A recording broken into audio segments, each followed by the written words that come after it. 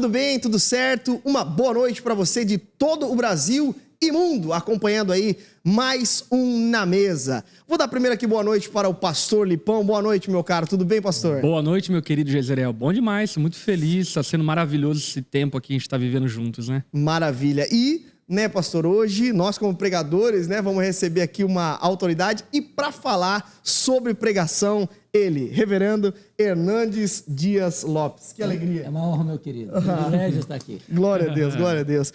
E o tema é esse, a gente vai falar sobre pregação com um dos pregadores aí mais atuantes no cenário brasileiro, de maneira itinerante, também foi pastor local por muito tempo, então tem experiência, tem bagagem, né? Glória a Deus por isso. E não só atuante, né, cara? Eu lembro de ver as pregações do Hernandes, os livretos dele, ainda criança com meu pai. Ó. Né? Meu pai era pastor presbiteriano independente e meu pai consumia os conteúdos do Hernandes e eu, como criança, vi os livretinhos, tinha uns livretinhos pequenininhos, eu não lembro qual era o nome daquela série, mas eu lia e tal, e sem perceber já me influenciava quando criança. E, obviamente, hoje, para o cenário brasileiro, eu tenho o Hernandes Dias Lopes, com certeza, como uma referência, como homem de Deus, pregador, alguém que tem sido fiel àquilo que a palavra nos instrui. Pregue a palavra, né? Alguém que tem pregado a palavra. Maravilhoso. Amém. E caminhado em diversos ambientes, né? Trazendo assim essa ênfase até na unidade da igreja. Maravilhoso. Eu acho que isso é tão importante de ver as igrejas, não dentro da configuração da denominação, mas um ambiente mais amplo de reino de Deus, né, de corpo de Cristo. Eu fico fascinado com esta abertura que a gente tem visto nos nossos dias e poder levar a palavra de Deus em todos os segmentos evangélicos do Brasil. Que maravilhoso, que maravilhoso.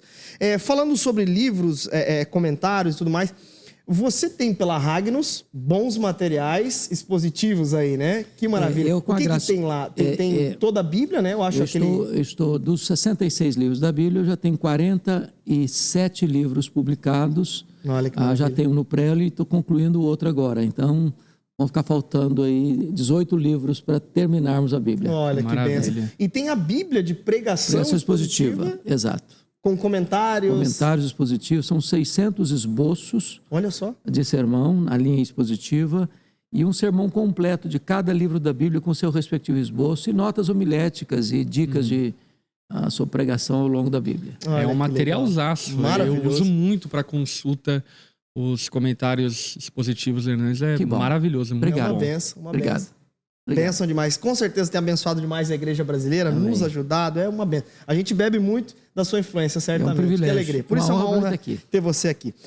Reverendo Hernandes, a gente queria conversar primeiro, uma primeira pergunta que eu gostaria de saber, e o pessoal de casa ficar por dentro também, como se deu a sua conversão? Porque tem uma história que você queria ser político, é verdade isso aí?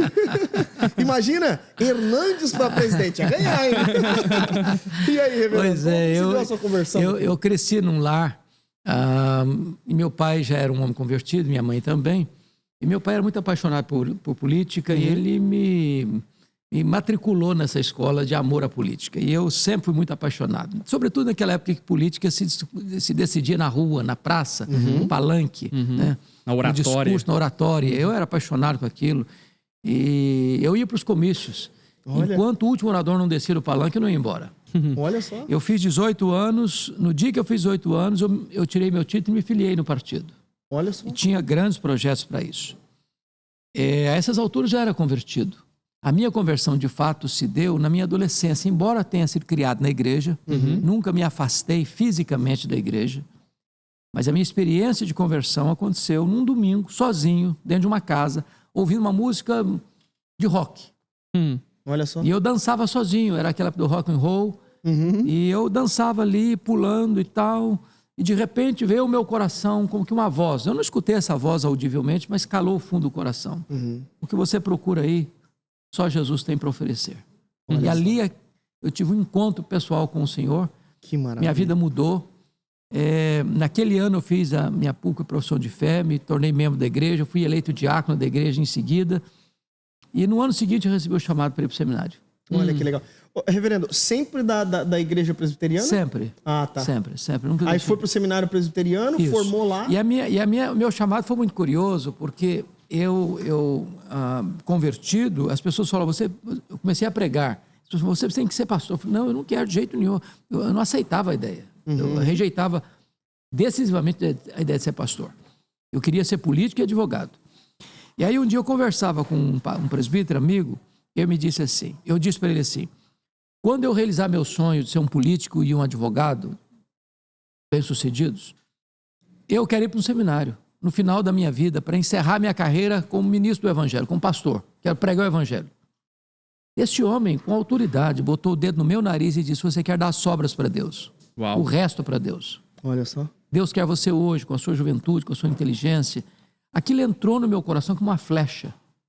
E eu saí dali 100% convencido de que naquele momento Deus me chamava para o ministério. Olha só. Sou pastor há 41 anos. Uau. Graças a Deus. Eu nunca tive um dia de dúvida. Falei, será que é isso mesmo? Será que eu não peguei o caminho errado? Será que eu devia ser outra coisa na vida? Nunca me passou pela cabeça esse pensamento. E é muito legal porque é a ilustração da frase do Spurgeon, né? Spurgeon afirma, né? Se você for chamado para ser rei em qualquer outra nação e se chamado ao ministério, não se rebaixa a ser rei em qualquer outro país, né? Exatamente. Então, é muito legal, porque de fato o chamado é sublime. É sublime e é uma coisa incontrolável, né? Não tem como não fugir. conseguir dizer não, né? O John Jowett, no seu livro O Pregador, Sua Vida e Sua Obra, diz que vocação é como algemas invisíveis. Nas palavras do profeta Jeremias, é um fogo no coração. Nas palavras do apóstolo Paulo, é uma visão celestial que você não pode desobedecer. É imperativo. Que maravilha. É maravilhoso. E aí, nesse processo, você se converte, vai para o seminário, tem mais algumas outras formações, como doutorado em ministério, né? Eu só tenho formação em bacharel em teologia e depois, no ano 2000, isso foi em 81 que eu me formei, no ano 2000 eu fui para os Estados Unidos fazer um curso de doutorado em ministério na área de pregação. Olha só que maravilha. Que incrível. E sobre pregação, já que nós falamos aí sobre esse currículo vasto e também essa experiência toda, reverendo, de que forma você definiria a pregação? O que é a pregação? A pregação é a comunicação clara, fiel das Escrituras. Nas palavras de João Calvino, reformador, é explicar as Escrituras. Eu gosto, sabe, Lipão, de usar 3 verbos para definir pregação. É ler o texto, explicar o texto e aplicar o texto. Maravilha. Pregação não é aquilo que eu produzo. Pregação não tem sua origem em mim, o pregador. A pregação é a exposição da palavra de Deus.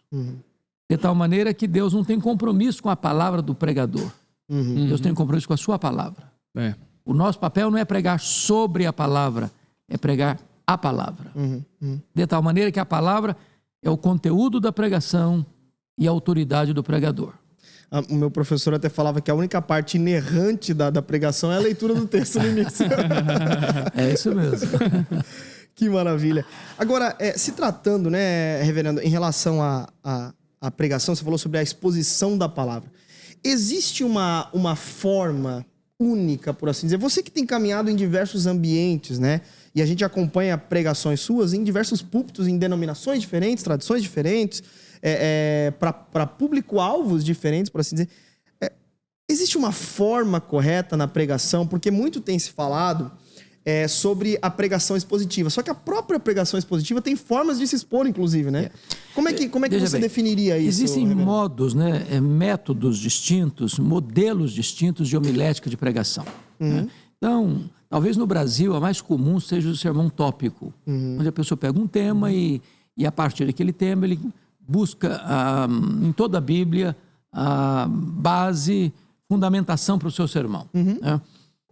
Eu acho interessante que Haddon Robson, talvez seja a maior autoridade homilética no mundo hoje, lá do Gordon, em Massachusetts, ele diz assim, que um pregador deveria pregar um sermão tópico a cada 10 anos. E terminar de pregar, pedir perdão para Deus. Muito bom. É óbvio que ele estava brincando, mas mostrando que às vezes ele defende muito, o né, sermão tópico, o chamado de sermão nariz de cera. Você bota para cá, bota para lá, e ele não fica preso rigorosamente a uma passagem bíblica. O segundo tipo de sermão mais comum é o textual. Blackwood diz que o sermão textual é quando você usa no máximo 3 versículos. E você entra naqueles 3 versículos, ou em 2 ou em 1, e saca aquele texto do seu contexto e olha como se você estivesse numa lente microscópica observando os detalhes, fora do seu contexto geral. Deixa eu ilustrar isso. Imagine que você esteja falando sobre música. Sobre música. Então você vai lá para o Salmo 40, versículo 3 e diz: E me pôs nos lábios um novo cântico, um hino de louvor ao nosso Deus. Muitos verão essas coisas, temerão e confiarão no Senhor. Eu não li o Salmo 40, eu não vou expor o Salmo 40, eu não vou entrar no contexto do Salmo 40, mas eu vou tirar do Salmo 40 uma peça, um versículo. E esse versículo eu vou mergulhar nele, tirando dele o tema e as divisões. O tema é o sermão resumido, as divisões é o tema expandido. Então eu posso encontrar aqui Spurgeon fazia muito isso também. 4 coisas no texto. A origem da música, e me pôs nos lábios. A natureza da música é um novo cântico. O propósito da música é um hino de louvor ao nosso Deus. O resultado da música, muitos verão essas coisas e temerão no Senhor. Então eu tirei de um único versículo o tema e as divisões. Spurgeon era um pregador textual. Eu tenho a coleção dele completa de sermões. 70% dos sermões de Spurgeon eram num versículo só. Ou no máximo 2 versículos. 3 de vez em quando. Agora, o meu entendimento é que a melhor forma é o sermão expositivo. O que é o sermão expositivo? É quando você vai para o texto pegando um capítulo, ou um parágrafo, ou uma perícope, e você interpreta aquele texto à luz do seu contexto gramático histórico. E você tem uma grande pergunta. O que é que o autor quer dizer? Qual é a mensagem central? Qual é a grande ideia desse texto? Então você responde o que é que o autor está querendo dizer com esse texto. Então você lê isso, você explica isso e você aplica isso. O sermão expositivo, ele tem o propósito de levar o ouvinte para as Escrituras. Quando você termina de escutar um sermão expositivo, você não fica encantado com o pregador. Você fica encantado com o texto das Escrituras. Maravilha. Acho que essa é a essência da pregação expositiva. E o que eu acho muito precioso na pregação expositiva é o fato de que até para o pregador ela é muito mais segura, no sentido de o pregador não ter tanta liberdade de fugir do texto bíblico. Exatamente. Eu costumo dizer que, inclusive, a pregação temática ou topical, enfim, ela é muito mais desafiadora para o pregador ser fiel.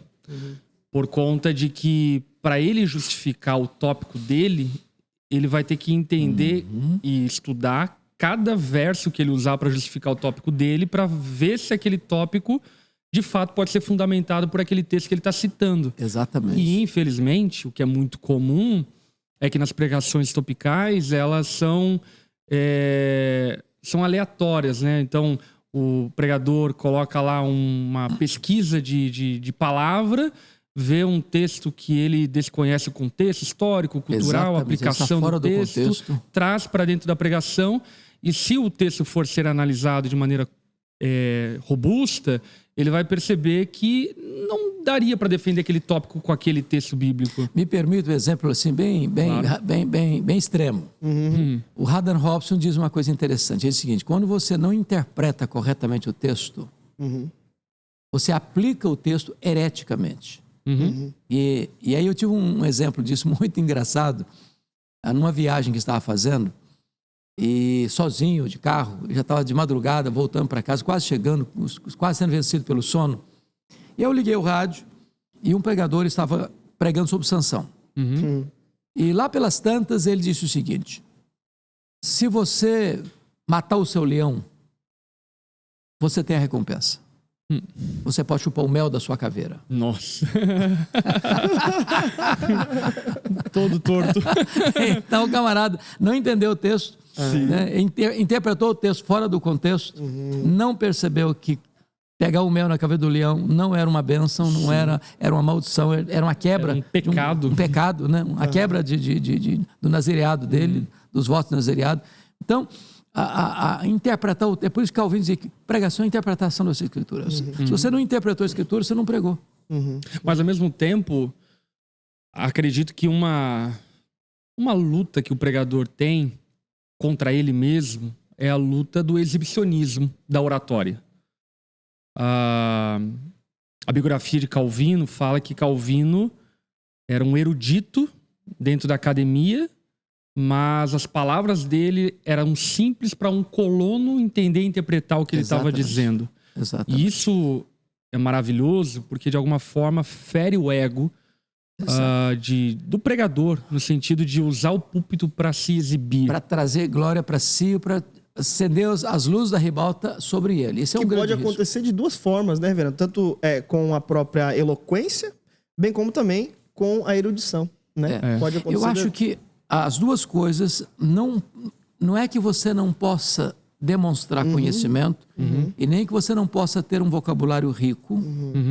O grande problema é quando a intencionalidade do pregador é se exibir, é chamar atenção para si. Porque há momentos em que o pregador vai necessitar, às vezes, falar para um determinado segmento em que, se ele tiver um vocabulário de uma qualidade melhor, ele comunica melhor e vai ter uma aceitação melhor. Então, você precisa fazer a leitura do seu tempo, do seu auditório, do seu contexto, para saber qual vai ser a sua abordagem naquela conjuntura. Acho que um bom exemplo disso, eu estava vendo, inclusive, seus stories, acho que ontem você estava pregando na AMAN. Isso, na Academia Militar. Na Academia Militar, né? E é um contexto diferente, é um contexto militar, enfim.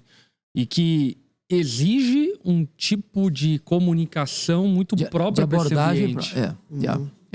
E essa capacidade de você fazer uma leitura do seu auditório é fundamental na comunicação.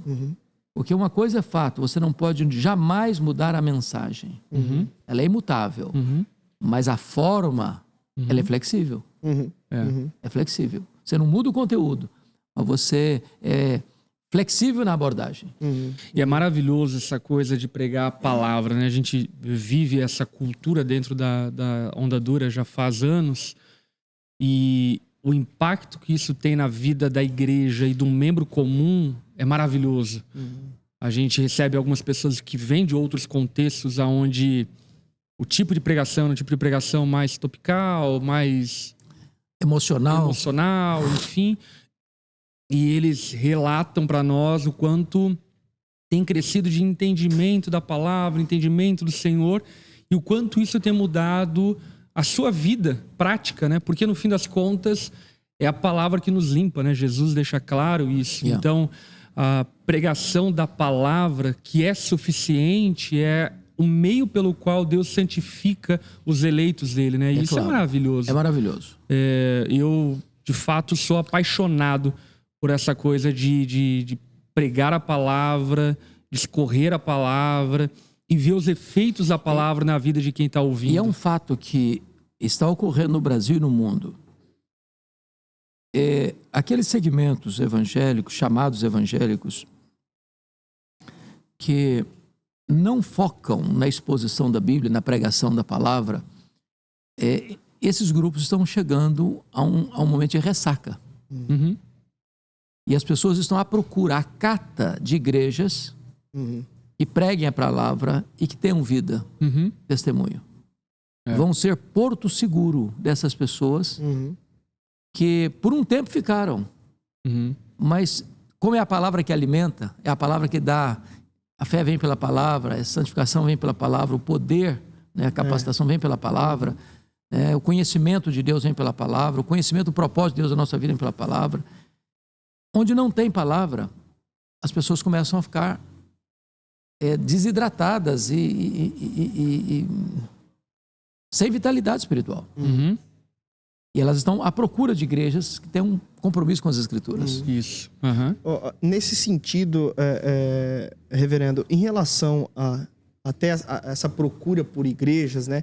Quando, por exemplo, aí o cara liga a internet, começa a ver de alguma forma um reverendo Augusto Nicodemos, Pastor Lipão, você, outros caras que têm cada vez mais compromisso com a palavra, de diferentes gerações até. Qual que é o teu conselho para aquele irmão que está assistindo na internet e aí olha para o seu pastor e vê algum tipo de debilidade? O que esse membro deve fazer com o seu pastor nesse sentido? Como que ele pode ajudar o seu pastor nesse sentido? Excelente pergunta. Primeiramente, eu acho que ele pode sim ajudar o seu pastor.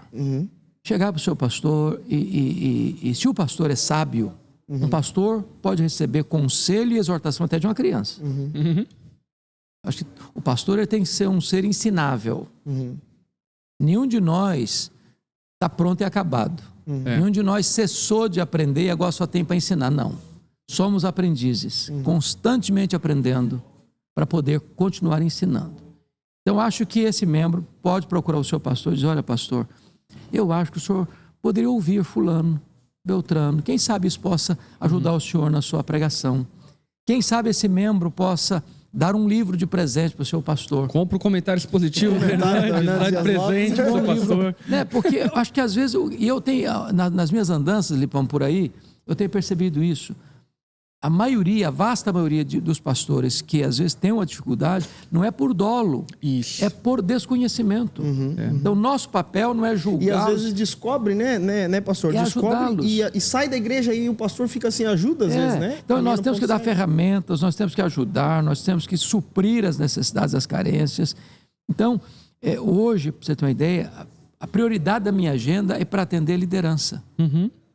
Por quê? Porque eu vejo uma oportunidade de dar uma palavra para um pastor, de encorajá-lo, de estudar mais, de se dedicar mais no preparo da mensagem, de ter uma boa biblioteca, né? Às vezes eu olho por aí afora, vejo que pastores têm uma biblioteca sofrível. Sofrível. Eu fico, meu Deus, ou esse pastor é um fenômeno, ou ele está dando uma sopa rala para o povo, porque não tem. Se você não aprende, como é que você ensina? Tá lendo o gibi da Mônica, né, na fé cristã. Não pode. Mas uma coisa que eu acho maravilhoso, até na fala do Hernandes, eu acho que também, de alguma forma, o ministério dele deixa muito evidente, é essa sensibilidade em perceber homens santos e piedosos, e eu tenho tido também essa experiência ao longo do meu curto ministério, de gente de denominações diferentes, de confessionalidades diferentes, mas que são crentes de verdade. Amam a Jesus, amam o reino de Deus, têm uma intenção genuína de alcançar a cidade para Cristo, para a glória de Deus, têm uma motivação santa, mas por vezes não tiveram as oportunidades, ou não tiveram o alcance, não tiveram as possibilidades que pudessem enobrecer o ministério deles de forma tal que honrassem mais plenamente o ministério pastoral, da pregação, enfim. E isso me faz olhar para esses tipos de ministério muito mais com empatia, amor, desejo de cooperação, do que com repulsa, condenação, desaprovação e assim por diante. E eu acredito que a era digital precisa levar-nos a ter essa sensibilidade, o membro comum dentro de uma comunidade local. A sensibilidade com um pastor jovem, iniciante, que ainda tem dificuldades na oratória, tem dificuldades na eloquência, tem pouco conteúdo. Então, ter esse cuidado, esse carinho, porque nesse processo de edificação mútua, que é o trabalho da igreja, acredito que a igreja pode ser uma incubadora de ótimos pregadores, de bons pastores, fiéis ao Senhor. Então, acho que tem que ter muita docilidade no trato com os pastores, com as igrejas. Às vezes é muito mais fácil criticar, rejeitar, queimar o filme da pessoa. Mas a necessidade nossa é de cooperar, é de ser sensível, é de ser compassivo, é de ter a mão estendida e, de fato, dar ferramentas para essas pessoas. É claro que nós estamos com isso chancelando aqueles que, por dolo, ensinam falsas doutrinas, que desviam as ovelhas de Cristo e desencaminham as ovelhas. Não se trata disso. Como você disse, eu acho que tem muita gente, e a grande maioria, quer acertar. Não tiveram as oportunidades, não tiveram o preparo, não tiveram as ferramentas, e cabe-nos a nós, que temos mais estrada andada, ou mais oportunidades, de auxiliar esses irmãos, estender a mão para eles e ajudá-los. Eu digo isso porque, para mim, um exemplo muito palpável foi quando eu fui fazer uma série de pregações no Japão. E eu fui em muitas igrejas de diferentes denominações, quadrangular, presbiteriana, comunidades, enfim. E, se não a maioria, grande parte delas eram formadas por pessoas que se converteram no Japão, não tinham igreja e começaram a reunir algumas pessoas em torno ali da sua casa, enfim, e a igreja nasceu. Então, aquilo que eu vi no Japão evidenciou muito a questão da sinceridade da fé, mas ao mesmo tempo despreparo, não por dolo, mas por uma circunstância que não permite o preparo. Exato. E isso exige, e eu acho que precisa despertar a igreja para uma cooperação missional, né? De olhar para essas realidades muito mais como cooperador do que como acusador. Ou como competidor. quem pode... ou competidor. Como quem pode ajudar. Eu digo isso porque a gente olha, por exemplo, para o retrato da igreja brasileira e é inquestionável o trabalho missionário do movimento pentecostal no Brasil. E grande parte do movimento pentecostal tem uma boa erudição, tem uma fidelização bíblica e assim por diante, mas tinha uma parte do movimento pentecostal que não tem tanto acesso e etc e tal. E muitos acabam tendo rechaça e ao invés de haver essa cooperação do tipo, meu irmão, vamos sentar junto, vamos conversar, deixa eu te explicar tal ponto, talvez você olhando por essa perspectiva vai melhorar, enfim, acabam atirando pedras e trazendo mais repulsa e divisão no corpo. Eu digo isso por conta de um pregador, enfim, conhecido, que ele cometeu um erro teológico grave, mas não uma heresia, ele não estava sustentando uma falsa doutrina, ele errou nas palavras dele, enfim. E eu lembro que Brasil todo caiu em cima dele. Enfim. E aí ele me ligou nessa ocasião, pedindo conselho, ajuda e tal, enfim.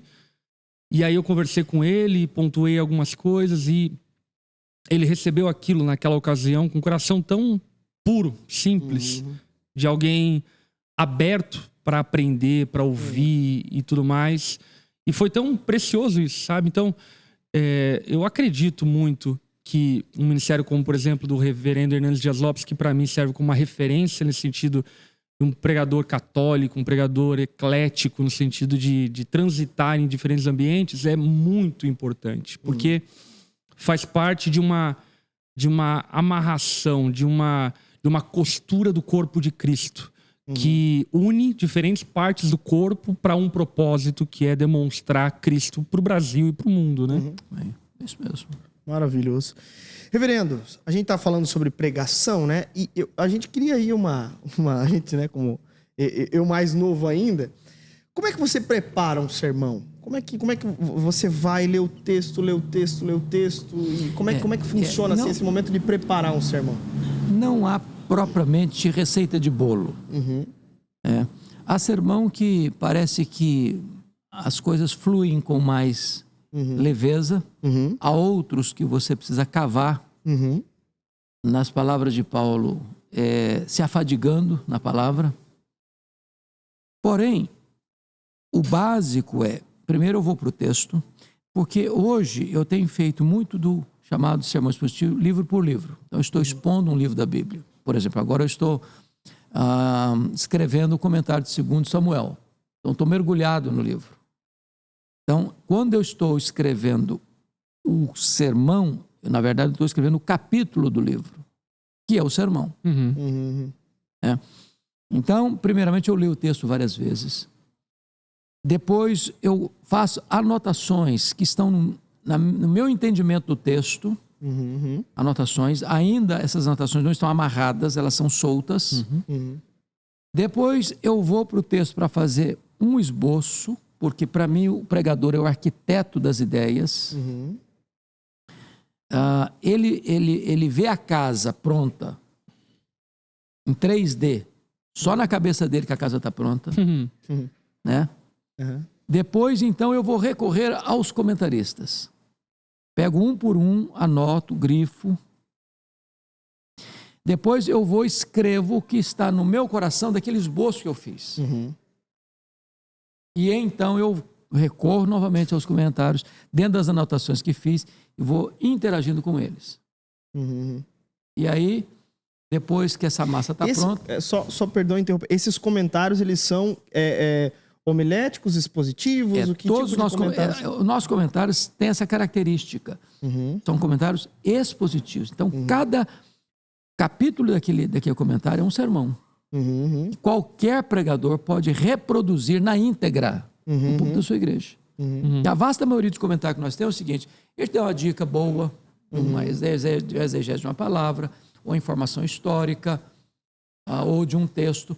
Mas é muito raro você pegar um comentário que pegue o texto, totalmente o texto, sem pegar apenas parte dele, e te dê uma visão orgânica. Um ponto, subpontos, de tal maneira que não fique nenhum versículo para trás, não fique nada para trás, você explorar o texto.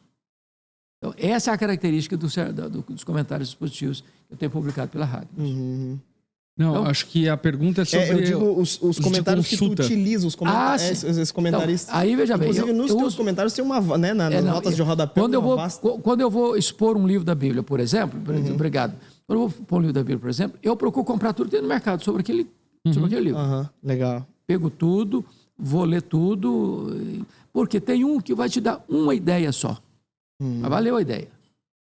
Outro vai te dar uma informação de uma palavra lá, de uma análise histórica que é feita daquela palavra, do conjunto, da exegese da palavra, vai abrir um caminho. Então, todos eles são úteis. Depois de tudo pronto, então, você bota isso no forno. Oração. E seja o que Deus quiser. Oração e peça a Deus para ter misericórdia, porque uma coisa é certa. A gente pode ter o melhor preparo, mas nós só falamos aos ouvidos. É verdade. Só o Espírito Santo fala ao coração. Maravilha. Então, o Billy Graham dizia que nós temos os lábios de barro. A não ser que Deus fale, em vão o homem fala. Olha só. Sensacional, sensacional. Ô, reverendo, como é que funciona a aplicação? Tu percebe alguns diferentes contextos? É na tua igreja? Ou quando, por exemplo, eu vou pregar na Onda Dura. Dou uma conversada ali com o presbitério, dou uma conversada com o pastor local? Não, como é que funciona essas aplicações? Eu não sei com a experiência do Filipão. Eu evito esse tipo de informação, até para não criar a ideia de sermão carapuça. Porque o sermão carapuça é uma aplicação... Pega a informação lá atrás. É uma aplicação forçada, eu acho. Onde eu quero encomendada. Não dá. Ou o Espírito Santo aplica, ou o Espírito Santo convence, eu não preciso da minha ajuda. Isso é uma coisa, é um ponto muito... A indireta, a aplicação é indireta. Eu digo isso, cara, até citando um exemplo. Certa vez eu fui pregar em Portugal e Deus colocou no meu coração de pregar 2 textos bíblicos expositivos. O sermão em cima de 1 Coríntios, um falava sobre imoralidade sexual e outro falava sobre não escandalizar os irmãos. E a palavra trouxe um alvoroço para a igreja. Se eu tivesse perguntado ao pastor, talvez não falaria. Talvez ele não me apoiaria a pregar esse sermão. Por causa que no contexto... Ou você se constrangeria em pregar também. Exatamente. É verdade. Mas eu preguei com convicção. Eu entendia que Deus estava me chamando para trazer aquela mensagem para a igreja e ela era bíblica, então não tem o que questionar. E foi muito oportuno, porque naquela ocasião, ainda que controverso, mas naquela ocasião, alguns irmãos da igreja vieram me procurar confessando imoralidade sexual, confessando adultério, confessando pecados ligados a essa área, enfim. E que, vamos lá, não é um tipo de pregação que você vai pregar numa conferência, né? Uma pregação que você levanta o público e o público fica feliz, enfim. É uma pregação de correção, de quebrantamento e por aí vai. Então, eu acredito que essa ousadia do pregador de ser fiel às Escrituras, mas não encomendar uma palavra... Depender do Espírito de Deus. Ela é crucial. Maravilhoso. Reverendo, a gente está se encaminhando aqui para o final e eu queria que de alguma forma você deixasse aí um conselho para os pregadores brasileiros, tanto jovens quanto mais adultos, um conselho aí para Eu queria repetir o conselho que eu recebi há 41 anos. No dia que eu fui ordenado, dia 17 de janeiro de 1982, em Bragança Paulista. Eu recebi o seguinte conselho: meu filho, você está começando hoje o seu ministério. Então eu vou lhe dar 3 conselhos. Primeiro, conheça o melhor que você puder a sua Bíblia. Segundo, conheça o melhor que você puder a história da igreja. Terceiro, conheça o melhor que você puder a língua portuguesa. A Bíblia é o conteúdo da sua pregação. A história é a sua pedagoga, ou será sua coveira. E a língua portuguesa é o veículo da sua voz. Eu tenho procurado seguir no que posso esses 3 conselhos. Maravilhoso. E eu acho que eles são extremamente úteis para qualquer pregador que queira honrar a Deus através da pregação e edificar a igreja de Cristo e levar os pecadores ao arrependimento. Muito bom. Que maravilha, que maravilha. Olha aí. E destaco esse segundo conselho. É muito importante essa história da igreja. E eu diria ainda mais não só para pregadores, mas para líderes de igreja, né? Olhar para o retrovisor, entender o que veio antes, é tanto um sinal de honra à história, quanto também um aprendizado, um pedagogo. Advertência. Para não repetir os mesmos erros. Maravilhoso, maravilhoso. Muito bom. É isso aí. Pastor Lipão, também seus conselhos finais aí pra gente. Olhando para essa câmera. Não tenho conselho nenhum, sou só aprendiz aqui. Então tá bom. Só acato os conselhos do reverendo, tá tudo certo. Deus abençoe. Guarde o conselho do reverendo. Esse é meu conselho. Obrigado. Ouça o reverendo. Bênção de Deus. Que alegria, Obrigado. Que alegria. Imagina, tivemos um Na Mesa sobre pregação com o reverendo Hernandes Dias Lopes. Que maravilha, que maravilha. Glória a Deus. Gente, obrigado pelo carinho. Comenta muito aqui embaixo o que você achou desse Na Mesa. E, pregadores, sigam as dicas aí. Certamente aqui nós temos essa joia rara. Glória a Deus. Deus abençoe, tamo junto e até semana que vem no próximo Na Mesa. Deus abençoe. Tchau, tchau, gente. Tchau. Olá, olá. Você acabou de participar de mais um episódio do Na Mesa. E se você não sabe, todas as quintas-feiras a gente está aqui debatendo teologia, cultura, sociedade e Bíblia. Então já deixe seu comentário, se inscreve no canal e ative o sininho, porque sempre que for postado algo novo, você vai ser notificado. Eu vou deixar aqui com você 2 indicações muito legais. Clica e fica mais tempo aqui com a gente.